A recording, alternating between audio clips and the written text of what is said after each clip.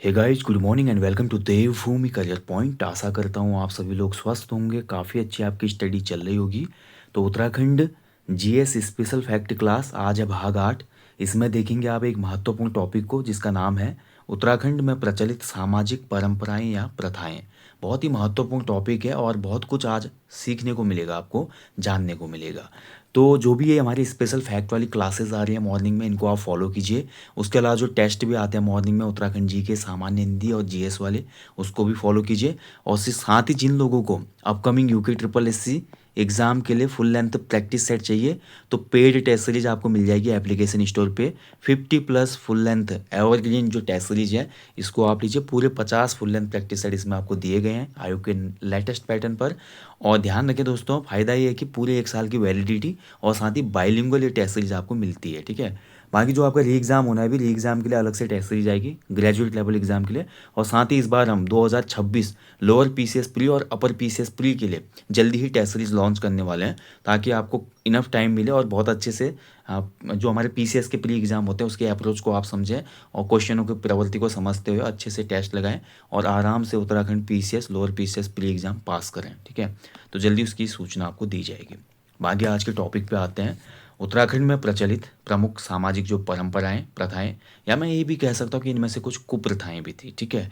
देखिए समाज में क्या होता है दोस्तों, अगर आपने बहुत ध्यान से प्रथा और रूढ़ी को पढ़ा है तो तब आपको समझ में आएगा।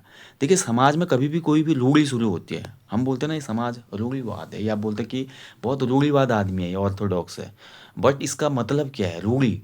देखिए समाज में कोई ऐसी चीज़ जो शुरू तो की गई थी, लेकिन शुरू होते होते वो इतनी लंबी चली कि वो एक प्रथा बन गई फिर। बस यही डिफरेंस है एक रूढ़ी और प्रथा में। रूढ़ी ही प्रथा होती है। तो अगर भारतीय इतिहास में हम देखें या उत्तराखंड के इतिहास में देखें तो कुछ ऐसी प्रथाएं थी जिनको हम कुप्रथा कह सकते हैं, जैसे कि सती प्रथा, दास प्रथा, इसके अलावा बाल विवाह की जो प्रथा, इसके अलावा बाल मजदूरी, ठीक है, बाल मजदूरी, इसके बाल श्रम जिसको कह सकते हैं, इसके अलावा बहुपत्नी विवाह, बहुपत्नी पॉलीगेमी, ये भी तो एक देखा जाए तो कुप्रथा ही है। उत्तराखंडी इतिहास में हम देखते हैं कुली बेगार, कुली उतार, कुली बरदायस, ठीक है। इसके साथ साथ और भी हमारे यहाँ पे भी सती प्रथा भी चल रही थी, दास प्रथा भी चल रही थी। न्याय व्यवस्था के अंतर्गत भी कुछ ऐसी प्रथाएं थी जिनको कुप्रथा कहना अतिशयोक्ति नहीं होगी, अभी आप जानेंगे, ठीक है। तो उत्तराखंड में जो हम देखेंगे प्राचीन समय से जितनी भी प्रथाएं चली आ रही थी, उन प्रथाओं के अंतर्गत क्या होता था, क्या उनका समाज पे प्रभाव था, उसको आप जानेंगे आज, ठीक है। चलिए शुरुआत करते सेशन की। सबसे पहली जो प्रथा है, देखिए आप देख रहे हैं ढाटी ब्याह प्रथा। तो ढाटी ब्याह कहा जाता था। ढाटी ब्याह क्या होता था, देखिए जब कोई विधवा विवाह करती थी, ठीक है, कोई विधवा स्त्री का जब विवाह होता था तो विधवा स्त्री के विवाह को ढाटी ब्याह कहा जाता था। ब्याह का मतलब होता है विवाह, ठीक है। विधवा स्त्री के विवाह को उत्तराखंड में ढाटी ब्याह कहा जाता था। अब देखिए एक शब्द और प्रचलित है समाज में उत्तराखंड में, झंटेला शब्द, ठीक है, झंटेला शब्द या झंटेला पुत्र या पुत्री, ये कहा जाता था। तो झंटेला पुत्र या पुत्री उसे कहा जाता था जब किसी महिला का बिना शादी के बच्चा हो जाता था। बिना शादी के बच्चे, समझ पा रहे हैं ना, जैसा आज लिव इन में होता है कई बार। और लिव इन में अगर मान लीजिए कोई कपल रह रहा है, प्रिकॉशन नहीं लिया उन्होंने और फिर बच्चा हो गया उनका शादी से पूर्व ही। या मान लीजिए जब हमारा भारती चंद हम पढ़ते हैं चंद्रवंश में, तो भारती चंद की सेना गई थी डोटी प्रदेश, ठीक है। तो भारती चंद की सेना ने डोटी प्रदेश जब ये गए थे तो डोटी प्रदेश में जो वहाँ की लोकल महिलाएं थी, अब महिलाएं तो नहीं होंगी, महिलाओं के साथ जो लोकल किशोरियाँ थी, तो भारती चंद के सैनिकों ने उन किशोरियों के साथ क्या किया, फिजिकल रिलेशन बना लिए बिना शादी के। अब देखिए उस समय ऐसा तो था नहीं, प्राचीन समय चल रहा है ना, आप समझते हैं फैमिली प्लानिंग या प्रिकॉशन की कोई बात नहीं थी। तो भारती चंद के सैनिकों की वजह से क्या हुआ, बहुत सी किशोरियाँ डोटी प्रदेश की प्रेग्नेंट हो गई। तो उनसे उत्पन्न जो भी संतानें हुई उनको झंटेला पुत्र या पुत्री कहा गया और इस जाति विशेष को नायक जाति बोला गया। नायक जाति की उत्पत्ति हुई। उत्तराखंड इतिहास में मैंने कई बार आपको पढ़ाया है, ठीक है। जो कोर्स है एप्लीकेशन स्टोर पे, वहाँ पे भी मैंने आपको ये बताया। तो ये झंटेला आपको ध्यान रखना है, झंटेला पुत्र या पुत्री ऐसी स्त्री जिसका विवाह पूर्व ही संतान हो जाए, ठीक है। और ढाटी ब्याह ऐसी विधवा स्त्री जो विवाह करती है, उसी के विवाह को ढाटी ब्याह कहा जाता है। चलिए अगला देखिए सटवारा प्रथा या पैंचा प्रथा। तो सटवारा या पैंचा प्रथा, देखिए सटवारा प्रथा बहुत ध्यान से समझना है आपको। जो हमारा पुराने समय में क्या होता था, पारस्परिक विनिमय होता था। पारस्परिक विनिमय, पारस्परिक विनिमय को कहा जाता था हमारा क्या, सटवारा प्रथा। ठीक है। मान लीजिए आप और मैं किसी गांव में रहते हैं, आपके पास 1 किलो मसूर थी। ठीक है, 1 केजी मसूर आपने मुझे दी। आपको चावल की ज़रूरत थी, मैंने आपको चावल दे दिया 1 किलो, 1 केजी चावल। ठीक है, कहने का मतलब सामान के बदले सामान। ये पैंचा में भी सेम होता है, कुमाऊं क्षेत्र में पैंचा प्रथा इसको कहा जाता है। पैंचा में क्या होगा, मान लीजिए मैंने कोई सामान आपसे ले लिया और कुछ टाइम ले लिया। मान लिया मेरे घर में आज आटा ख़त्म था, मैंने आपसे आटा मांग लिया एक परात में, और 2-3 दिन बाद उतना ही आटा आपको जब चक्की से पिसवा के लाया तो वापस कर लिया। यानी कि इमरजेंसी में काम निकालने के लिए आदान प्रदान करना, एंड साथ ही वस्तुओं के बदले वस्तुओं का विनिमय प्रणाली का जो रूप था उसको संटवारा प्रथा या पैंचा प्रथा कहा जाता था। ठीक है। थारू जनजाति की मैं बात करूँ तो थारू जनजाति में इस प्रथा को क्या कहा जाता है, थारू जनजाति में इसी प्रथा को अट्टा सट्टा कहा जाता है। अट्टा सट्टा। ठीक है, ध्यान रखेंगे। या आंट सांट भी कहा जाता है, आंट सांट। ठीक है, ध्यान रखेंगे। आप देखिए मॉडर्न हो गया उत्तराखंड का समाज, आपको पता है आज आदमी मर भी रहा होगा, दवाई की गोली की ज़रूरत है, अगल वाला बगल के घर में नहीं जाता है। ईगो प्रॉब्लम है, स्टैंडर्ड का प्रॉब्लम है, भाई मैं इसके सामने हाथ नहीं फैलाऊंगा। तो जो हमारे लोगों में प्यार था, उत्तराखंड के लोगों में, वो कम हुआ है आधुनिकता की वजह से। तो ये प्रथाएं क्या जीवित होंगी, तो ये प्रथाएं अब लुप्त प्राय प्रथाएं हैं। ठीक है, बहुत कम देखने को मिलते हैं। हालांकि मैं तो आज भी जब अपने गांव जाता हूँ मुझे देखने को मिलती है प्रथा। ठीक है, जैसे मान लीजिए हम कोई हमसे घास ले जा रहा है उतना, तो घास के बदले घी दे देता है 1 किलो। या मान लीजिए कोई हमारे खेत में गोबर डालता है तो उसके बदले हम उसको अनाज दे देते हैं। तो ये चीज़ें मैं देख रहा हूँ आज भी। ठीक है, और भी बहुत से एग्जाम्पल है इसके, बट लगभग ये लुप्त प्राय स्थिति में सटवारा प्रथा। अगला देखिए बांट प्रथा। अब नाम से जैसा पता चला बांट प्रथा। बांट प्रथा जो थी आपकी जौनसार बावर में पॉपुलर थी। जौनसार बावर, जौनसार बावर में ये भी एक पारस्परिक सहयोग के लिए, पारस्परिक सहयोग के लिए। ठीक है, ध्यान रखेंगे। अब पारस्परिक सहयोग कब, मान लीजिए गांव में किसी की शादी है, विवाह आदि के समय, विवाह आदि के समय। ठीक है, कहने का मतलब देखिए मान लीजिए किसी का विवाह होना है गांव में, तो इसके जो भी निकट संबंधी होंगे, चाचा ताऊ, उसके अलावा चचेरा ताऊ चचेरा, जो भी आगे रिलेशन में होगा, कजिन्स वगैरह जो भी हैं, तो ये सभी लोग प्रत्येक सामान के लिए 1-1 रुपया देते थे। ठीक है, मान लीजिए 10 किलो प्याज चाहिए तो 1 रुपया दे देगा आदमी उसके लिए, 10 किलो चावल चाहिए तो 1 रुपया यहाँ भी दे देगा, 1 रुपया वहाँ भी। जो भी सामान शादी में लगेगा उसके लिए 1 रुपये के प्रति वस्तु के रूप में बांट दिया जाता है। हालांकि अब तो ज़्यादा देना पड़ता है इसमें, उस समय के हिसाब से बात की जा रही है। ठीक है, तो इसको बांट प्रथा कहा जाता है, ध्यान रखेंगे। ठीक है, और इससे क्या होता है कि विवाह में एक ही आदमी पे जो बर्डन पड़ता है फाइनेंशियल, वो कम हो जाता है, और जब अगले संबंधी का विवाह होगा तो उसमें भी सेम चीज़ होगी। तो यानी कि सबके सहयोग से विवाह बहुत अच्छे से हो जाता है इस पारस्परिक सहयोग से। ठीक है, ये बांट प्रथा है जौनसार बावर की। अगली प्रथा देखिए, ये भी लुप्त प्राय अवस्था में है, खलिक प्रथा, जजमानी या डडवार प्रथा।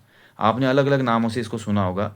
इसको खलोटी या खलोथी प्रथा भी कहा जाता है। इसके अलावा इसका नाम है खलोटी, या बहुत सी जगह पे इसको खलोथी प्रथा भी कहा जाता है। ठीक है, अब इसमें होता क्या है देखिए, आपका कृषि कार्य करने वाले लोगों द्वारा पुरोहितों और जो कृषि कार्य में सहयोग करने वाले लोग हैं। ठीक है, खलिक और जजमानी में देखिए, जजमानी से मतलब है ब्राह्मण, पंडित, कुलगुरु। खलिक मतलब कृषि कार्य में सहयोगी। अगर मैं पूर्व की तरफ जाता हूँ तो इसको आपको पता है चंद्रकाल में क्या कहते थे, कैनी। समझ पा रहे हो ना, कैनी कौन था, खेत में काम करने वाला श्रमिक था जो वास्तविक मेहनत करता था। तो इस खलिक को, और साथ ही डडवार, डडवार में क्या हो जाता है कि जो हमारे क्षेत्रों में जो हमारा शिल्पकार समुदाय है, शिल्पकार समुदाय, ठीक है, शिल्पकार कम्युनिटी, या इसके अलावा जो हमारे औजी होते थे, ठीक है, औजी समुदाय के लोग, तो इनके लिए भी अनाज का एक हिस्सा अलग रखा जाता था। यानी कि जब भी कोई अनाज होता था किसी भी जमींदार के घर में, जब वो अनाज होता था, तो जब वो कृषि कार्य में लगे हुए लोगों को अनाज का एक हिस्सा देता था, इसको खलिक कहा जाता था। अगर वो पंडित को थोड़ा हिस्सा देता था अनाज का तो उसको जजमानी कहा जाता था। खलोटी, खलोती भी इसी को कहा जाता था।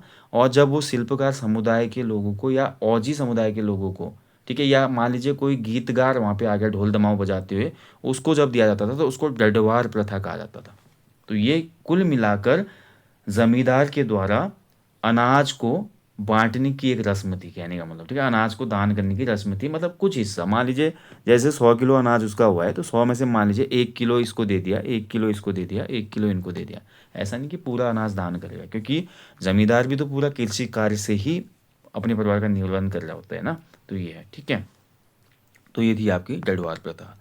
अगला देखिए सरोल प्रथा, बहुत इंपॉर्टेंट है सरोल प्रथा। तो सरोल प्रथा जो है आपकी, ये प्रचलित थी कहाँ पे?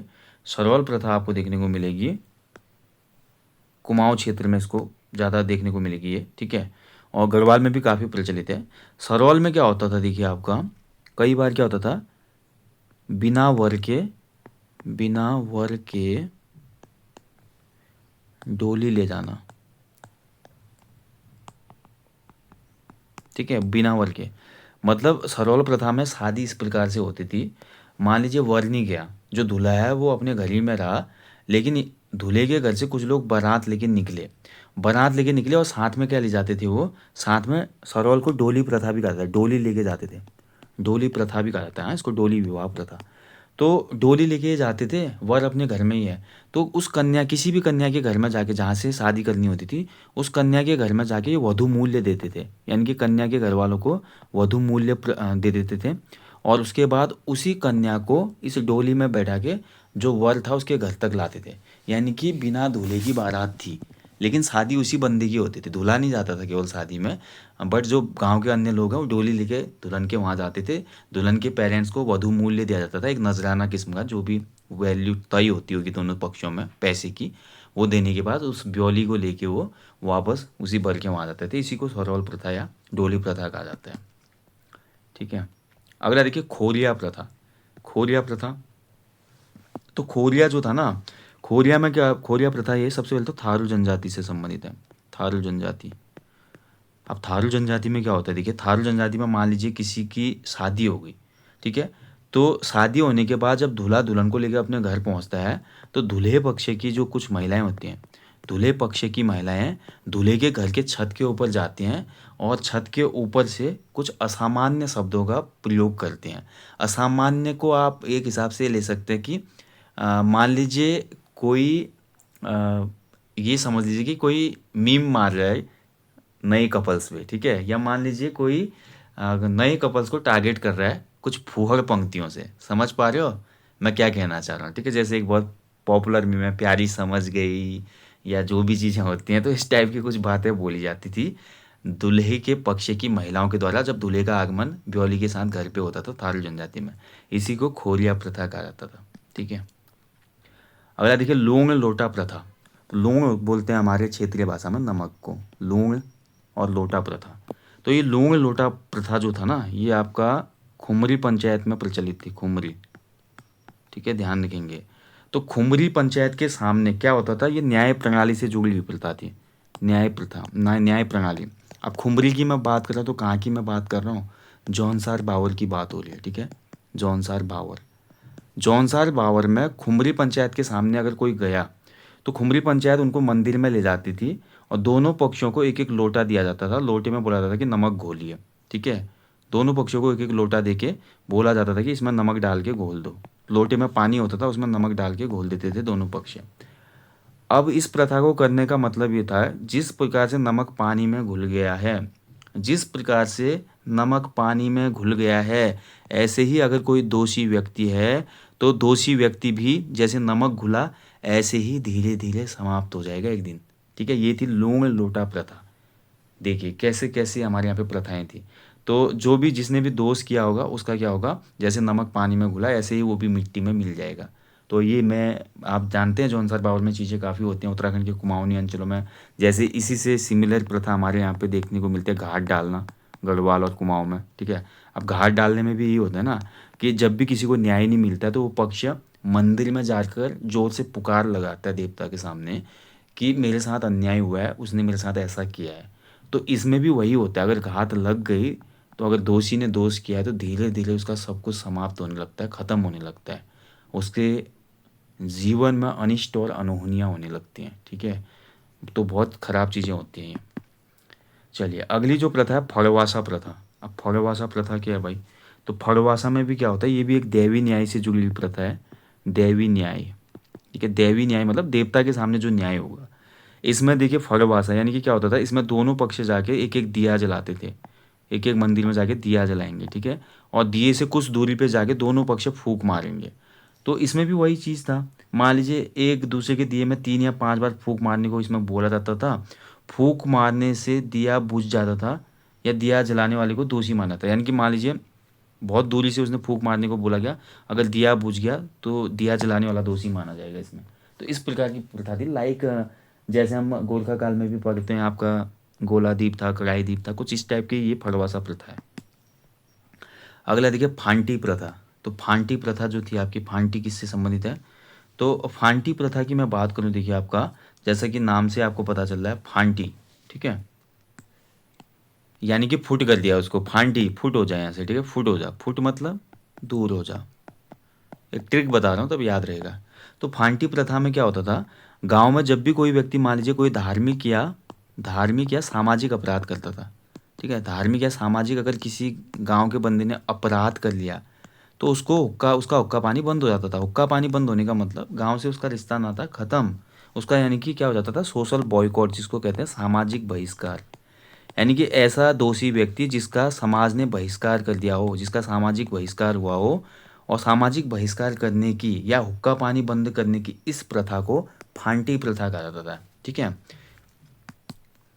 चलिए अगला देखिए बुढ़ानी प्रथा। तो बुढ़ानी प्रथा जो है ये आपकी, ये भोटिया की जो उपजाति है, सौका वर्ग, पूर्वी सौका वर्ग जो कि धारचूला से ऊपर रहती है, पूर्वी सौका वर्ग की एक रस्म या प्रथा है बुढ़ानी प्रथा। तो इसमें क्या होता है, मान लीजिए जब जेठा पुत्र जो होता है, जेठा मतलब ज्येष्ठ, ज्येष्ठ का मतलब तो समझते हैं ना, एल्डर। तो ज्येष्ठ पुत्र जब 20 साल की आयु को प्राप्त करता है, 20 साल, ध्यान से समझिएगा इसका क्या लॉजिक है। तो मान लीजिए किसी भी फैमिली का जो बड़ा पुत्र है, एल्डर सन, जब 20 ईयर्स कंप्लीट कर लेता है, तो 20 ईयर्स कंप्लीट करने के बाद उसको हमारा सौका वर्ग के द्वारा एक सोशल रिकग्निशन मिलता है, यानी कि सामाजिक मान्यता मिलती है उसको। यानी कि वो अब समाज के जो भी डिसीजन होंगे, पंचायतें होंगी, यानी कि वो अब वयस्क हो चुका है एक हिसाब से हर जगह के लिए, ठीक है। तो सामाजिक मान्यता मिलती है उसको 20वें साल में, और किसको, परिवार के बड़े पुत्र को, ठीक है। इसी को बुढ़ानी प्रथा कहा जाता है। चलिए नेक्स्ट देखिए कल्यों या भिठौली प्रथा। तो कल्यों या भिठौली प्रथा ये कुमाऊं में ज़्यादा प्रचलित है। इसमें क्या होता है, चैत्र माह में, चैत्र जो माह होता है हमारा, चैत का महीना, तो चैत के महीने में जो भी विवाहित हमारी बेटियां होती हैं, तो विवाहित बेटियों को उनके मायके की तरफ से, उनके पिता के द्वारा, माता के द्वारा या उनके भाइयों के द्वारा इसमें कुछ भेंट वगैरह दी जाती है, भेंट। जैसे कि मान लीजिए मेरी बहन की शादी हुई है किसी अन्य डिस्ट्रिक्ट में, अन्य जगह में। अब जैसे ही चैत का महीना आएगा तो मैं चैत के महीने में अपनी सिस्टर के घर पे जाऊंगा, ठीक है। अब मान लीजिए मैं कहीं रोजगार के लिए बाहर हूँ, तो मेरे पिताजी ये काम करेंगे, वो मेरे सिस्टर के घर जाएंगे चैत के माह में, कुछ मिठाइयाँ ले जाएंगे, उसके लिए कपड़े ले जाएंगे, उसके अलावा उसके सुहाग का सामान ले जाएंगे, बिंदी, पायल, ठीक है, चूड़ियाँ, जो भी एक होता है। उसके अलावा कुछ माता ने कलेवा बनाया होगा तो वो भी ले जाएंगे, जैसे कि जो भी हमारे लोकल व्यंजन होते हैं, जैसे कि हमारा पोहा वगैरह होता है, ठीक है। उसके अलावा जो भी हम बनाते हैं, पकौड़ी बना के ले जा सकते हैं, कुछ भी चीज़ हो सकती है, खजूरें बनते हैं जो हमारे यहाँ पे आटे की, तो इस प्रकार से उसको पैक करके ले जाया जाता है। यानी कि विवाहित महिला को चैत माह में उसके मायके की तरफ से दिए जाने वाली जो भेंट सौगात होती है, उसी को भिठौली या कलेव कहा जाता है।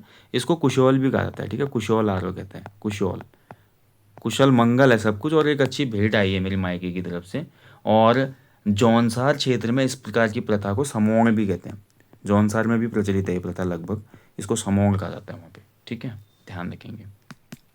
चलिए अगला देखिए पिठिया प्रथा। तो पिठिया प्रथा ये तो बचपन से मुझे भी इसका इंतज़ार रहता था। जब भी हम किसी मेहमान के घर पे जाते थे तो घर से निकलते समय जैसे उनसे विदाई का वक्त होता था, तो मेरी नज़र होती थी पिठिया की थाली में और लिफाफे पे, कि न जाने इस लिफाफे के अंदर 50 का नोट है, 100 का नोट है या 500 का नोट है। तो बड़ा ही मतलब अंदर एक रोमांच रहता था इस चीज़ को लेकर। तो क्या होता है पिठिया प्रथा में, देखिए आपका उत्तराखंड के समाज में आमंत्रित जो भी अतिथि होते हैं, जो भी मेहमान होते हैं, उन मेहमानों को विदाई के समय टीका लगाया जाता है, ठीक है। मेहमानों को विदाई के समय टीका, और उस टीके के साथ साथ दिया जाता है एक लिफाफा, ठीक है, नगद पैसा भी हो सकता है, लिफाफा भी हो सकता है। तो ये कहलाती है पीठा प्रथा। अगला देखिए नमती प्रथा, ये तो आपने पढ़ा होगा, ये मैंने पढ़ाया भी आपको पिछले किसी टॉपिक में। नमती जो प्रथा थी आपकी, ये टिहरी के जौनपुर में थी। ठीक है, टिहरी गढ़वाल का जो एरिया है जौनपुर, तो जौनपुर हो गया, और इसके अलावा जौनपुर के अलावा रवाई क्षेत्र, जौनपुर और रवाई पट्टी में हमारा नमती प्रथा प्रचलित थी। ठीक है, ध्यान रखेंगे। तो इसमें क्या होता था, गांव में बाजगी जो होता था, बाजगी, बाजगी मतलब बाजा बजाने वाला, ठीक है, यानी कि ढोल बजाने वाला, ढोल बजाने वाला। अब उत्तराखंड का वाद्य यंत्र ही ढोल है ना, पारंपरिक, तो ढोल बजाने वाला बाजगी यानी कि बाजा बजाने वाला। तो ये क्या करता था, टिहरी का जौनपुर और रवाई क्षेत्र जो था, इसमें जो बाजगी था, सुबह 5 बजे और शाम 10 बजे जागने और सोने से संबंधित सूचना देता था। यानी कि सुबह 5 बजे ये बोलेगा, अर्ली मॉर्निंग 5 AM में ये बोलेगा उठ जाओ और बजाना शुरू कर देगा। रात के 10 बजे एक सूचना देगा, भैया सब सो जाओ टाइम से। ठीक है, तो ये थी आपकी नमती प्रथा। ऐसे नमती प्रथा की तरह मैंने आपको बताया चंद शासन काल में हरबोला होता था, जो हरी हरी बोलकर सुबह राजाओं को उठाता था, राज परिवार को उठाता था। इसीलिए कास्ट का नाम ही पड़ गया हरबोला। ठीक है, ऐसे हमारे फुलेरा होते थे, फूल लाने वाले, पनेरू होते थे, पानी भरने वाले। तो ये आज भी आप देखेंगे। अगला देखिए परी प्रथा। अब ये परी वो आँचरी वाली परी नहीं है। इस परी प्रथा का मतलब है देखिए आपका जौनसार क्षेत्र में भी है ये। ठीक है, ध्यान रखेंगे। तो जौनसार क्षेत्र में ध्यान रखिए, जौनसार जो क्षेत्र था, ठीक है, जौनसार क्षेत्र में जो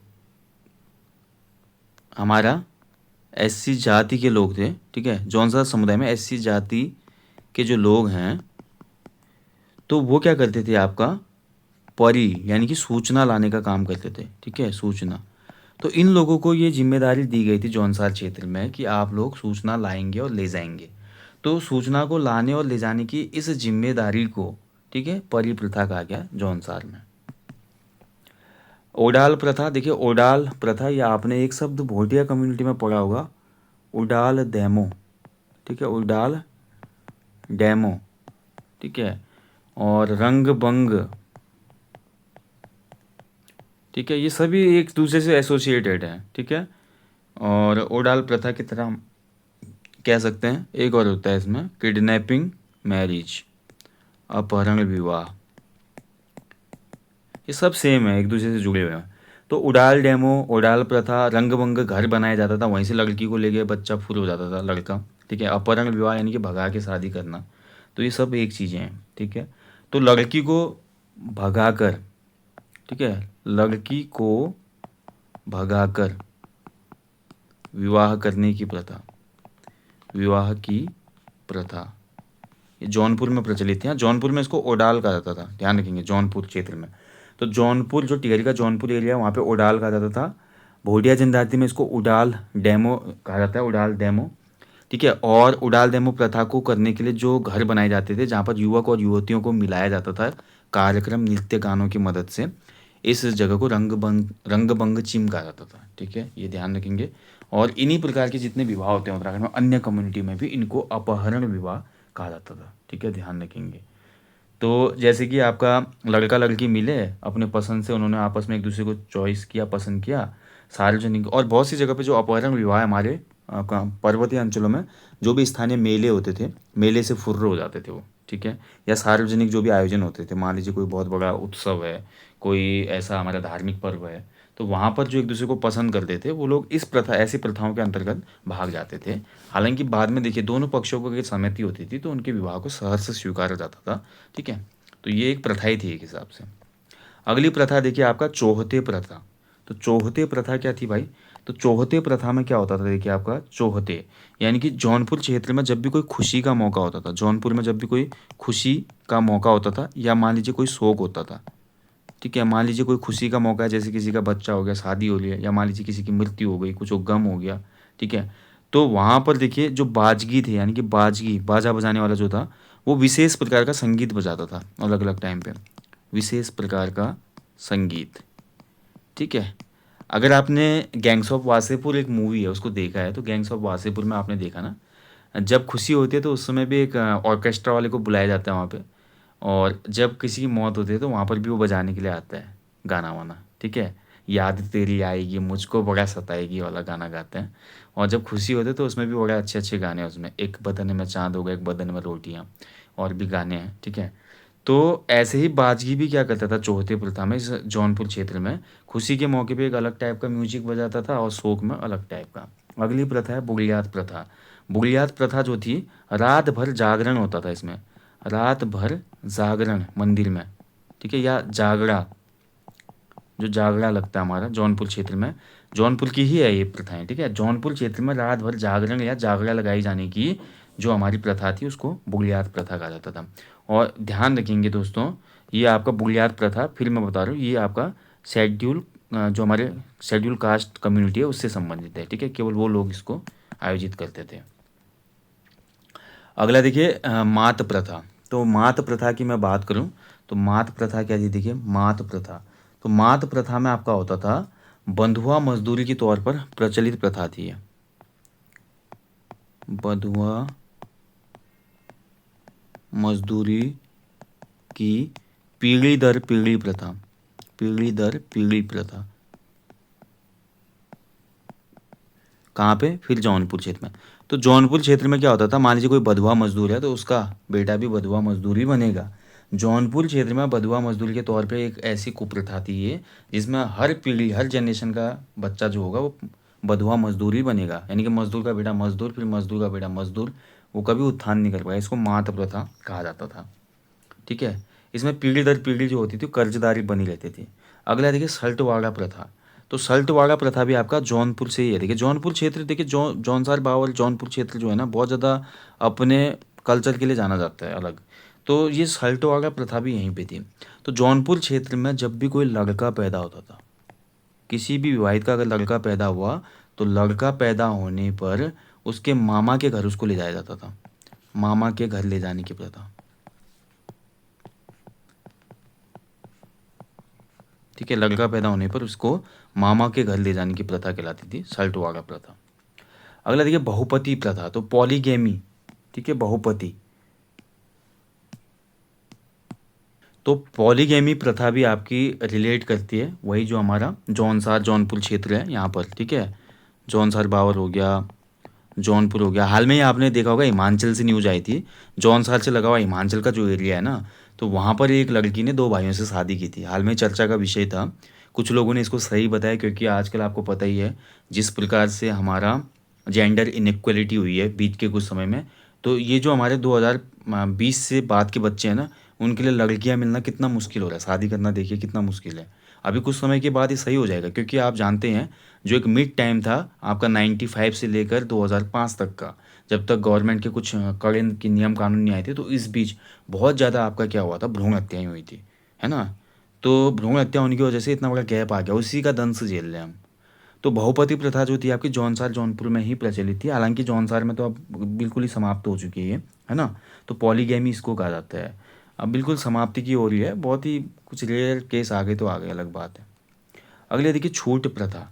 तो जैसे कि नाम से पता चला आपको छूट प्रथा, अब नाम पे नहीं जाना है आपने, छूट प्रथा क्या है, देखिए नाम पे, नाम से तो ऐसा लग रहा है ना बिल्कुल छूट मिल रही है यहाँ पे, ठीक है। लेकिन छूट मिलने का मतलब किसको छूट मिला जा रहा है, ये आपका लड़की को, ठीक है। तो यहाँ पर छूट मिल रही है लड़की को, किसके लिए, आपका डाइवोर्स के लिए, यानी कि विवाह विच्छेद के लिए। तो देखिए आपका जौनपुर क्षेत्र में क्या होता है आपका, मान लीजिए कोई लड़की अगर विवाह विच्छेद करना चाहती है तो वो उसके लिए हमेशा स्वतंत्र होती है। यानी मान लीजिए मैं अगर जौनपुर में मैंने किसी लड़की से शादी की, तो लड़की हमेशा क्या कहेंगे, हमेशा वो लड़की स्वतंत्र है, वो जब चाहे मुझसे अलग हो सकती है, इसी को छूट प्रथा कहा जाता है, ठीक है, ध्यान रखेंगे। चलिए आगे बढ़ेंगे। अगला देखिए ज्वार प्रथा। ज्वार प्रथा आपका एग्जाम में भी पूछा था आई थिंक, ठीक है। तो ज्वार प्रथा ये अच्छी प्रथा, देखिए इसको कुप्रथा नहीं बोलूँगा मैं। ज्वार प्रथा भी जौनपुर क्षेत्र में, जौनपुर में जौनपुर क्षेत्र में महिलाओं को संपत्ति का अधिकार, महिलाओं को संपत्ति का अधिकार, ठीक है। यानी कि ज्वार प्रथा के तहत महिलाओं को भी संपत्ति का उत्तराधिकार होता है। ठीक है, ध्यान रखिए, यानी कि महिलाओं का भी संपत्ति में उत्तराधिकार है और जो हमारी करंट संपत्ति है उसमें भी महिलाओं का अधिकार रहेगा। ये थी आपकी क्या, ज्वार प्रथा। ठीक है, ये पूछा भी गया है एग्जाम में, आपको ध्यान रखना है। तो संपत्ति का अधिकार इसमें महिलाओं को दिया जाता है। अगली जो प्रथा देखिए, पड़याल प्रथा। तो पड़याल प्रथा देखिए आपका, गांव के सभी लोग श्रमदान करेंगे इसमें। गांव के लोगों द्वारा श्रमदान, लोगों द्वारा श्रमदान करना किसी भी काम के लिए, ये कहलाती थी पड़याल प्रथा। जैसे आज भी हम देखते हैं हमारे गांव में शादी होती है ना, तो सभी ग्रामीण आ जाते हैं। कोई सब्जी काट रहा है, कोई आटा गूंथ रहा है, कोई मेहमानों का स्वागत कर रहा है, कोई खाना बनाने में लग गया, खाना बांटने में लग गए, टेंट लगाने में लग गए। यानी कि गाँव के लोग स्वतः ही श्रमदान करते हैं। हालांकि ये चीज़ें भी कम हो रही हैं आजकल, क्योंकि देखिए लोगों के अंदर ना कंपटीशन, जो एक फेक लाइफ है, उसकी वजह से क्या हो रहा है, अपनी प्रथाओं को कम आंक रहा है। लेकिन कल के दिन जैसे वेदों की ओर वापस लौटो बोला दयानंद सरस्वती ने, ऐसे मैं भी आपको अभी बोलूँगा दोस्तों, अपनी संस्कृति की ओर वापस लौटो, क्योंकि वापस आना ही पड़ेगा एक दिन। शहर की लाइफ से आप इतने बोर हो जाएंगे, ऐसा लगेगा एक दिन कि एक भ्रम में, एक स्वप्न में जी रहा था मैं। ठीक है, क्योंकि असली मज़ा इसी में है। आप देखिए कितने महंगे बैंक्वेट हॉल में जाइए, कितने महंगे होटल में जाइए, लेकिन आप देखिए जो गांव की शादी होती थी हमारी, जिसमें हम ज़मीन में बैठ के केले के पत्तों में खाना खाते थे, या मान लीजिए थाली में भी खाना खाते थे, बड़े बड़े हमारे तौलों में या बड़े बड़े भगोनों में जो भात दाल बनता था, लोकल का रायता बनता था, चटनी बनती थी, सब्जियां बनती थी, उसका स्वाद 5 स्टार होटल का कोई भी लजीज, कोई भी कुजीन आप खाएं, उस स्वाद नहीं आएगा आपको, यकीन मानिए दोस्तों। ये आज आप नहीं समझेंगे अगर युवा हैं। हर किसी युवा के मन में उथल पुथल होती है, एक बार शहर जाऊँ, अपने आप को स्टेबल करूँ, ऐसा करूँ वैसा करूँ। लेकिन वही है ना, जब सच्चाई पता चलती है तो तब आपको रियलाइज होता है। तो गाँव में आज भी ये देखते हैं, कोई शादी हो रही है या मान लीजिए किसी के घर में, मान लीजिए कोई लकड़ी, सभी लोगों ने श्रमदान करके उसके घर में लकड़ी पहुंचा दी, कल अगले वाले के घर में पहुंचा दी लोगों के द्वारा। ठीक है, तो इसको पड़याल प्रथा। तो पड़याल प्रथा भी आपका कहाँ, ये भी आपका जौनसार, बावर, और कह सकते हैं ज़्यादातर उत्तराखंड के संपूर्ण गाँव में लगभग है ये। ठीक है, कहीं कहीं पर इसको हमारा खेड़ी करना भी कहा जाता है, खेड़ी करना, खेड़ी करना।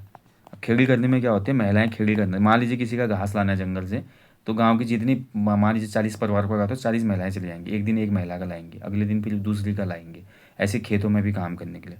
तो यही है पड़याल प्रथा। ठीक है, अगला देखिए पैना प्रथा।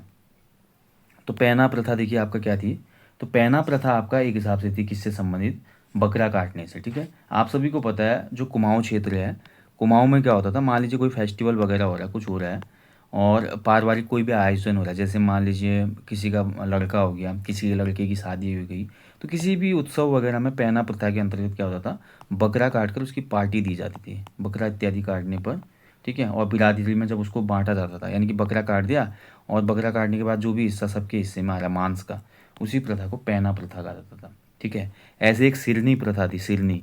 सिरनी प्रथा ये थी, मान लीजिए जब भी कोई आपका खुशी का अवसर आता था, मान लीजिए पहले तो मिठाइयों की दुकान कम थी पर्वतीय अंचलों में, अब मान लीजिए किसी का बच्चा हो गया पहला पहला, तो बच्चा होने की खुशी में आपस में क्या कर लिया, आसपास सब जगह गाँव में गुड़ बांट दिया, गुड़ की डली जो होती थी, गुड़ की डली बांट दी। ठीक है, मिश्री जो होती है मीठी, मिश्री बांट दी, तो इसी को सिरनी प्रथा कहा जाता था। ठीक है, ध्यान रखेंगे। चलिए, इसके अलावा भाई उत्तराखंड में और भी प्रथाएं थी, जैसे कि आपका दास प्रथा थी, जैसा कि मैं आपको बता चुका हूँ। आप देखते हैं गोरखाकालीन जब इतिहास हम पढ़ते हैं, या कुमाऊँ का चंदू भी पढ़ते हैं ना, चंदू में भी हमने देखा है दास प्रथा थी। चंदू में आपने देखा कि जो हमारे दास होते थे, जो लड़का होता था उसको छोड़ा कहा जाता था, और जो लड़की दास होती थी, दासें नौकरानियाँ होती थी, उनको छोड़ी कहा जाता था, है ना। छोड़ा और छोड़ी होते थे चंद राज दरबार में, और इनको, इनसे बात करने की किसी को भी इजाज़त नहीं थी अंदर, ये हमने पढ़ा। और इसके अलावा हम देखते हैं चंद काल में ही जो आपका खाएकर सिरतान कैनी जो थे, ठीक है, इसके अलावा जो मेनली कैनी थे, कैनी जो था भाई एक प्रकार का दास ही तो था वो। ठीक है, क्योंकि थोकदा जो हमारा मेन तो थातवान होता था, थातवान से खाएकर सिरतान ज़मीन लेते थे, लेकिन मेन हार्डवर्क तो कैनी करते थे ना। कैनी हमारे क्या था, गुलामी तो था। इसके अलावा जब गोरखा आए तो गोरखाओं ने तो दास प्रथा को चरम पे पहुंचा दिया। गोरखाओं ने हरिद्वार की मंडी में यहाँ के लोगों को ऐसे बेचा जैसे कोई सब्जी मंडी में मूली और आलू टमाटर बेचता है। इतने सस्ते सस्ते औने पौने दामों में उसमें उत्तराखंड के लोगों को बेचा गया गोरखाओं के द्वारा। इसके अलावा सती प्रथा, तो हम जब पवार वंश पढ़ते तो पवार वंश में हम देखते ना, श्याम शाह के टाइम पर एक यात्री आया था, उसने सती प्रथा लाइव देखी थी। इसके अलावा जयकृत शाह के स्वर्गवासी होने पर उसकी रानियों की सती होने की हमको जानकारी मिलती है लेखों से, है ना। तो सती प्रथा भी थी उत्तराखंड में। कुली बेगार में आपका 3 प्रकार की प्रथाएं थी। कुली बेगार जिसमें आपका फ्री में मजदूरी करनी पड़ती थी। एक थी कुली उतार जिसमें फ्री में सामान लोड अनलोड करना होता था। और एक थी कुली बर्दायश जिसमें आपका क्या होता था, कुली बर्दायश में जब भी कोई बड़ा अधिकारी या राजा के गण जो भी थे वो गांव में आते थे तो उनको फ्री में बकरा मुर्गा दूध दही घी आदि खिलाना पड़ता था, उनकी सेवा भगत करनी पड़ती थी फ्री में। ऐसे ब्रिटिश काल में एक और बेगार प्रथा थी जिसका नाम था हलक बेगार।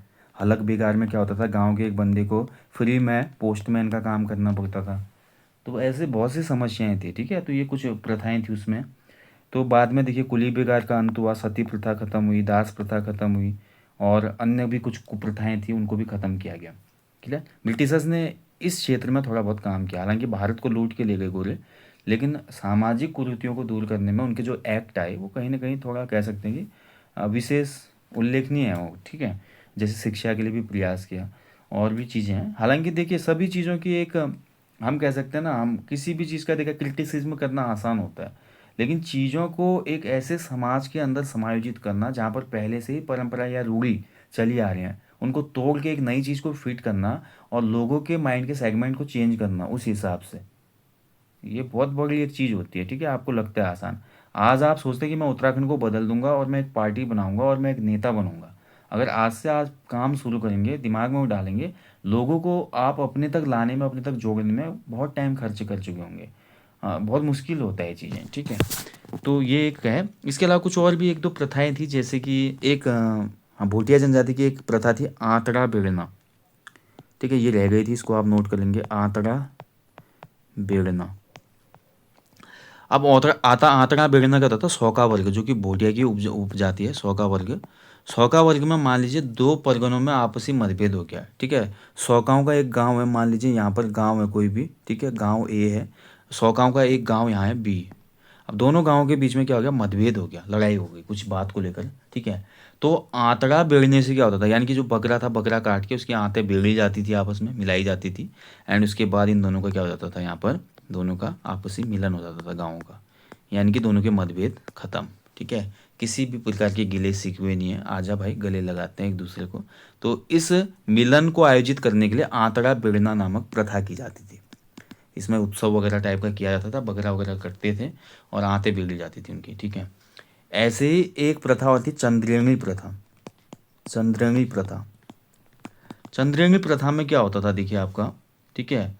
मान लीजिए किसी उच्च वर्ग के आदमी ने निम्न वर्ग की स्त्री से विवाह कर लिया, किसी मान लीजिए ब्राह्मण ने किसी वैश्य की लड़की से शादी कर ली। अब जब वो ब्राह्मण वैश्य की लड़की से शादी करेगा तो समाज में उसको भ्रष्ट माना जाता था। तो उसके बाद चंद्रेणी प्रथा से क्या किया जाता था, उस व्यक्ति का शुद्धिकरण किया जाता था। शुद्धिकरण, ये एक शुद्धिकरण करने की प्रथा थी, लेकिन इसको मैं कुप्रथा कहूँगा, ठीक है। इंसान का कोई मजहब नहीं, कोई धर्म नहीं, कोई जाति नहीं, इंसानियत ही एक धर्म और जाति होनी चाहिए, बस बात खत्म। तो इसमें क्या होता था, जब उच्च कुलीन व्यक्ति किसी निम्न कुलीन महिला से शादी करता था तो उसको भ्रष्ट हुए आदमी को सही करने के लिए एक प्रथा बनाई गई थी। अब इसमें कई प्रथाएं ऐसी हैं, अगर आप ध्यान से देखेंगे कुछ प्रथाएं आदमी ने अपनी निजी हित के लिए भी बनाई थी, ठीक है, ये थी इसमें। बाकी अन्य प्रथाएं आपको पता है, एक कन्यादान प्रथा होती है, हमारे यहाँ पे कन्यादान किया जाता है जिसमें आपका विवाह योग्य कन्या जो होती है, ऐसी आपका डोला सरोल में बता ही चुका आपको, डोला सरोल जो था बिना वर के वर पक्ष के लोग ब्योली लेके आते थे, ठीक है, उसको कहा जाता था। और भी कोई प्रथा अगर रह गई होगी तो आप लोग प्लीज़ कमेंट बॉक्स में कमेंट कीजिएगा। मैंने पूरा एफर्ट लगाया आज के इस टॉपिक में जितनी मुझे जानकारी है, ठीक है, और मैं बहुत कोशिश करता हूँ दोस्तों आपके लिए लाने के लिए। एक ब्यूरा प्रथा रह गई है, ब्यूरा प्रथा। ब्यूरा प्रथा भी जौनपुर में आयोजित प्रचलित थी, जौनपुर में। अब ब्यूरा प्रथा में जौनपुर में क्या होता था कि परिवार के मुखिया के सम्मुख हर दिन के कार्यों का विवरण दिया जाता था, ठीक है। यानी कि परिवार का जो मुखिया होगा ना उसके सामने दिन भर के जो भी काम होंगे उन सभी कामों का विवरण दिया जाता था मुखिया को, परिवार के, उसी को ब्यूरा प्रथा कहा जाता था, ठीक है। एक ऐसे पौणा प्रथा भी है हमारे यहाँ पे, पौणाण, पौणाण प्रथा, यानी कि जब भी मेहमान आएगा तो उस मेहमान की खूब अच्छे से आवा भगत की जाएगी, यानी कि आतिथ्य सत्कार बहुत अच्छे से किसी आदमी का किया जाएगा। अतिथि देवो भव, ये प्रथा कहीं ना कहीं उजागर करती है, तो इसी को कहा जाता था पौराण प्रथा, ठीक है, ध्यान रखेंगे। चलिए दोस्तों, बाकी और कुछ रह गया हो तो आप कमेंट में कमेंट कीजिएगा। बाकी जल्दी मिलेंगे दोस्तों। वीडियो अच्छा लगा लाइक करना, शेयर करना और अपना बहुमूल्य कमेंट करना ना भूलें। आप लोग भी ज़रूर बताइए आपको वीडियो कैसी लगती हैं और साथ ही यार आप लोगों से कहना चाहूँगा अपने जीवन में कम से कम एक पेड़ अवश्य लगाएं। और देखिए जल्दी ही मैं आपको बताना चाह रहा था, पिछली बार भी मैंने बताया था, अभी तो पॉसिबल नहीं दिसंबर में, लेकिन जनवरी से यानी कि 2026 से एक नया बैच शुरू होगा उत्तराखंड जीके का। बहुत डिटेलिंग बैच होगा, लंबा होगा, मैं पहले बता रहा हूँ, लेकिन Uttarakhand PCS, lower PCS, group C सभी परीक्षाओं के लिए इनफ होगा। ठीक है, एक लंबी यात्रा होगी उस पूरे कोर्स की। ऐसे ही क्लासेस उसमें आएंगी, लेकिन कुछ बेहतरीन तरीके से प्रेजेंट होंगी क्लासेस। और आप मान के चलेगी बहुत बेहतरीन आपका उत्तराखंड का पोर्शन हो जाएगा। ठीक है, तो जब भी बैच आएगा आपको इन्फॉर्मेशन दी जाएगी। अगर आप चाहते हैं नया कोर्स तो आप लोग भी थोड़ा बताइए, आप लोगों के फीडबैक के आधार पे ही मैं भी कोशिश करूँगा फिर। ठीक है, अच्छे से। थैंक यू फॉर वॉचिंग, जल्दी मिलते हैं दोस्तों। बाकी देखिए यूट्यूब चैनल पे आपका जो टेस्ट सीरीज आ रही है वो तो ठीक है, और जल्दी जैसे आपकी री एग्ज़ाम की डेट आएगी, री एग्ज़ाम डेट पे दोस्तों आपका फुल लेंथ प्रैक्टिस सेट भी दिए जाएंगे इस बार आपको कुछ। हाँ, 8-10 पेपर मैं दूंगा यूट्यूब चैनल पे, फुल लेंथ यूट्यूब पे भी दूंगा, वो अलग होंगे, और जो एप्लीकेशन स्टोर पे हैं वो अलग हैं। और री एग्ज़ाम के लिए 10-15 और प्रैक्टिस सेट आएंगे एप्लीकेशन पे, वो भी अलग होंगे। तो बहुत ज़्यादा आपको प्रैक्टिस सेट मिल रहा है, प्रैक्टिस करते रहिए। और अपना उत्तराखंडी जी के सामान्य हिंदी, जीएस, रीजनिंग, इसकी प्रैक्टिस होते रहेगी, तो ये आपका पोर्शन मजबूत होते रहेगा। चलिए मिलते हैं आपको नेक्स्ट सेशन में। जय हिंद, जय देवभूमि।